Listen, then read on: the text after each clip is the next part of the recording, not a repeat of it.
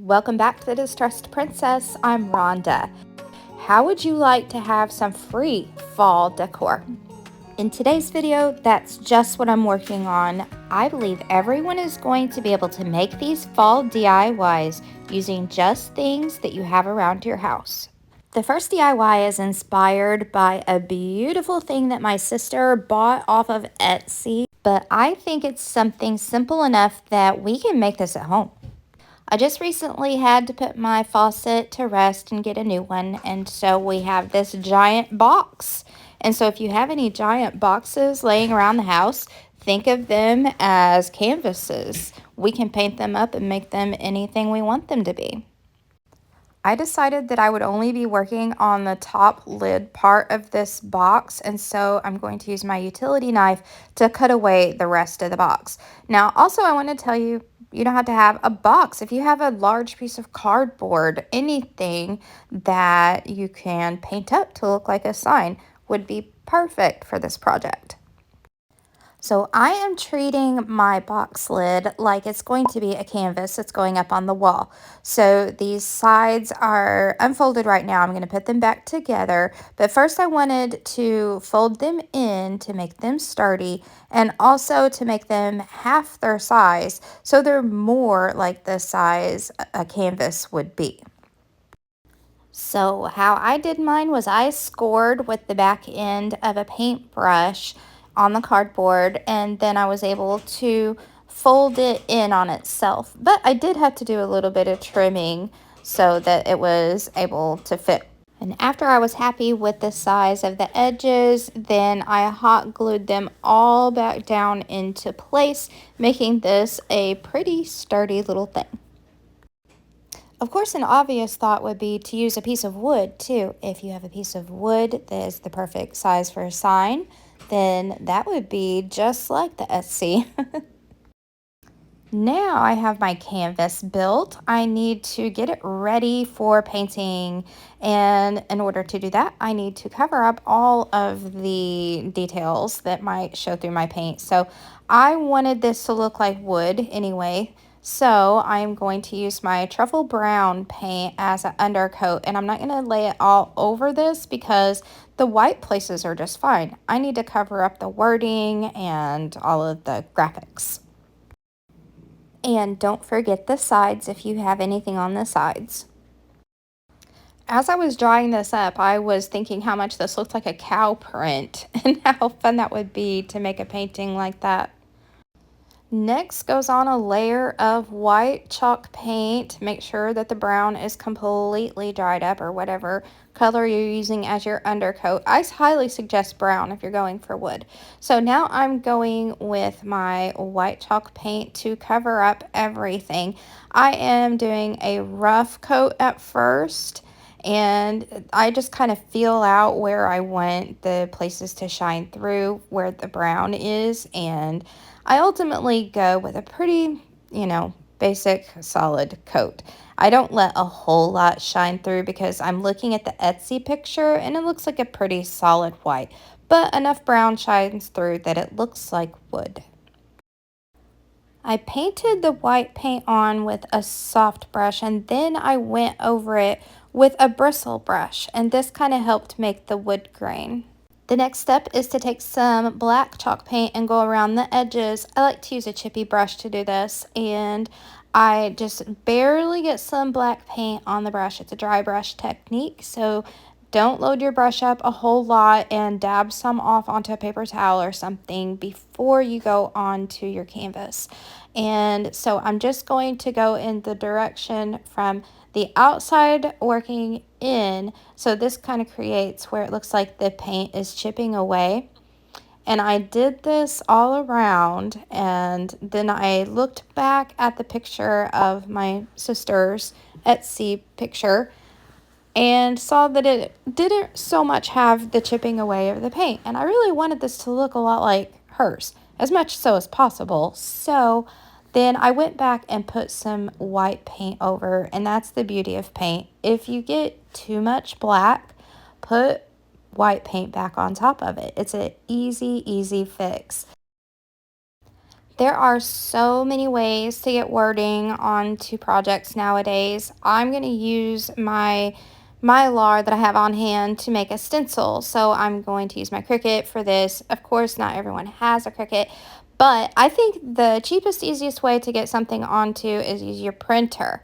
Just print out your wording, which for me was Simply Blessed, and then you can either use a transfer method by using a pencil and darkening the back side of the paper and tracing it onto your project. That's probably the cheapest, easiest way. And then you have something to fill in either with a black marker or with paint. Or if you have some carbon paper, that will transfer wording. Or there's always learning hand lettering, which I've tried. I'm not the best at it, but it's a skill that I would like to get really good at, because then we wouldn't need stencils at all, would we? I had some bleed through with my homemade stencil, so I'm going back with my black acrylic marker and I'm just tidying it up. So now I threw on my boots. I went out foraging for some fall materials, some dried up fall things. I found some cattails and a few other little dead looking things, but they were just a little too messy and they were not giving me the style that I really wanted. So if you have some really pretty fall foragey things outside, that's of course the best free thing to use, and mine wasn't on par. So I'm scraping up what I have left of my fall leaves. I don't think I have anything left to craft with in the fall leaf department. This is it. This is the last of what I have. And I'm making a swag. So you see I have some going one direction, some going the other direction. Then I'm going to zip tie them all in the middle. Looking back on it now, I think that was probably pretty big enough. It would have been fine, but I thought it needed more. So I had these greenery picks and I'm going to paint these leaves. I'm going to paint them up with some yellowish off-white color. And I didn't do the backs of mine because this is just for me. I'm not going to see the backs of my leaves. But if you want to, paint the back of your leaves too. I had just enough room under my zip tie to wiggle those two picks in with my swag, but if I couldn't have, I just would have used another zip tie. I made a simple bow with some burlap ribbon that I had from Walmart and some gingham ribbon that I have from the Dollar Tree. I used a second zip tie to attach the bow to the swag. And then I covered that zip tie with another piece of gingham ribbon. And I left that zip tie, one of the tails, long so that I could attach it to my sign. And since this is cardboard, I can just poke a hole right in there with anything pointy. I used a meat thermometer and I poked my zip tie through and hot glued it to the back. To hold this in place, you're going to have to use a gob of hot glue. Let it set completely before you let go, and then you can cut off the end of the tail. I was so excited about how this free project was coming together that I almost forgot the jute string at the top. So wind about four or five times around the top, and this gives it an extra little fall detail. By the time it's done, it doesn't look anywhere near like a cardboard box anymore.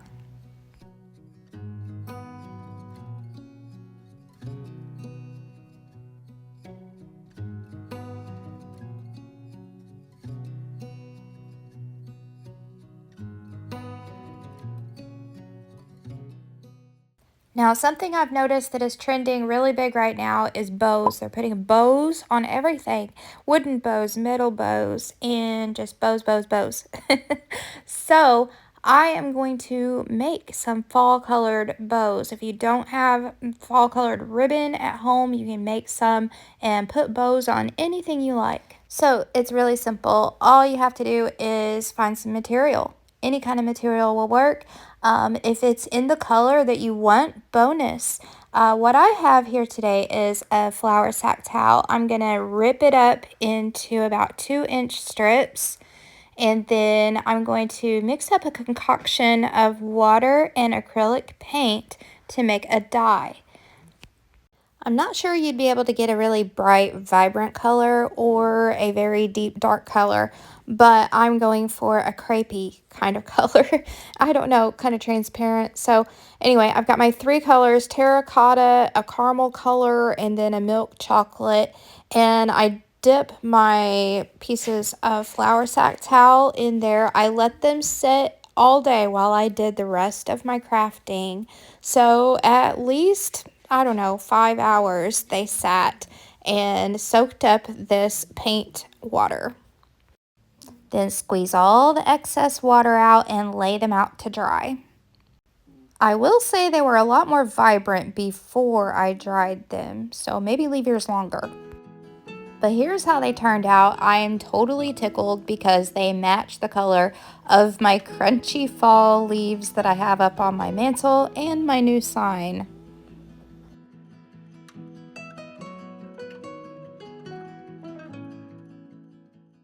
For the next DIY, let's find something to recycle, like one of these old pictures. In my case, I'm going to recycle a tray that I think was originally from the Dollar General store, and so it's a little dated. I'm going to update it with a new fall style. I didn't like the color of the wood, it was too light, so I am going to darken it up with some of my antiquing wax, which is at the bottom of the barrel. This was the last of it in this project. I have to buy more. So I used some of the wax. I've got a bowl of water off to the side to spread the wax because you know it can be kind of thick and sticky. And then I'm also adding in some black paint. So when you layer up the wax and the black paint and you spread it out so that it'll go all over where you need it to go on your wooden piece that you're wanting to tint the color, make sure it's all covered, and then go back in with a dry rag and wipe it back.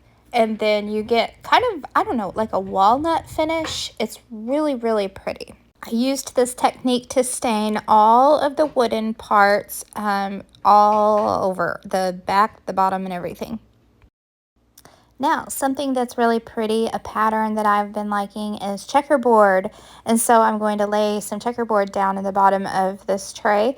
And I hand drew mine, just, you know, it's easy. Measure out whatever your piece is and make even squares.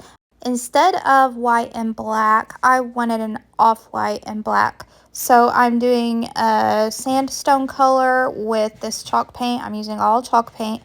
And I'm going to fill in every other square, the checkerboard pattern. You can do this a variety of ways. If you have a stencil for checkerboard, you don't have to do this freehand. Or if you have a transfer or a checkerboard pattern piece of scrapbook paper, that would be a really nice way to line this. But I just took my time and did a little hand painting. And if you're hand painting too, don't worry about all the bobbles and mistakes, because believe me, I have plenty. But they don't really show up in the end, and you're going to love it regardless. To tidy up those raggedy edges, let's use our black acrylic marker, or you could probably use a Sharpie marker, and just use your straight edge and straighten those up. I wanted this checkerboard to be older looking. It's too pristine, so I'm taking some of my black chalk paint. I'm going to flick it with my rough kind of brush and make some flecks of black paint over all of this checkerboard. Then make sure everything is dried up before you move on to the next step. To further distress this, I'm going to use my damp paper towel dipped into what I have left of my antiquing wax, and I'm going to go over the whole thing and just making little dirty looking places just to make it look old and worn. And I really just love how it turned out. One tip, though, I would say is to seal it. Make sure that you seal it, because I used chalk paint. Chalk paint's the easiest coverage. That's why I used it. But you're going to need to seal it or it's going to scratch off. So here is my next free fall DIY. It's not really a DIY, but what I'm going to do with this tray is put some free jars. This one, I swear it was a mason jar that spaghetti sauce had come in. I'm not sure the brand, maybe Ragu. And the other two jars I just got from my mom's house. This one, this tiny one, I love it so much. I dug it up in the backyard when I was a teenager, and my mom had kept it all these years. And so now I have it, and I love this grouping.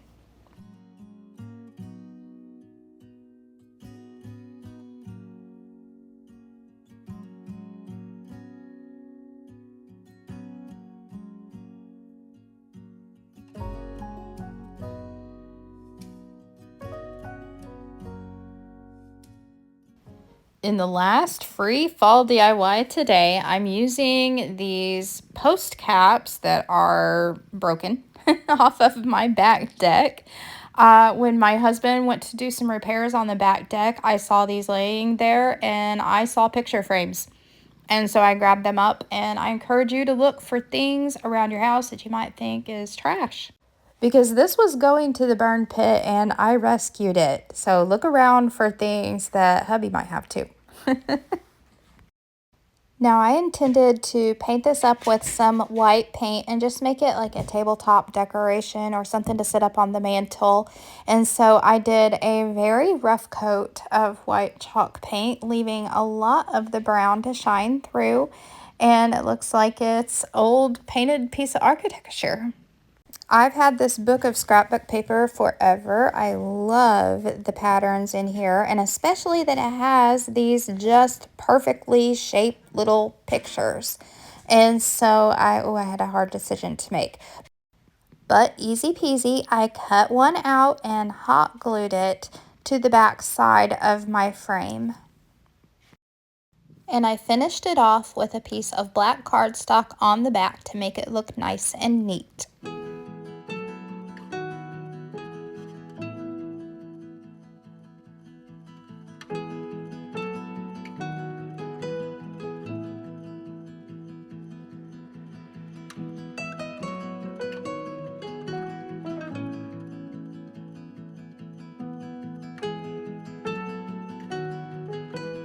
I hope you enjoyed this video and you look around and see what you can make for absolutely free with stuff at your house.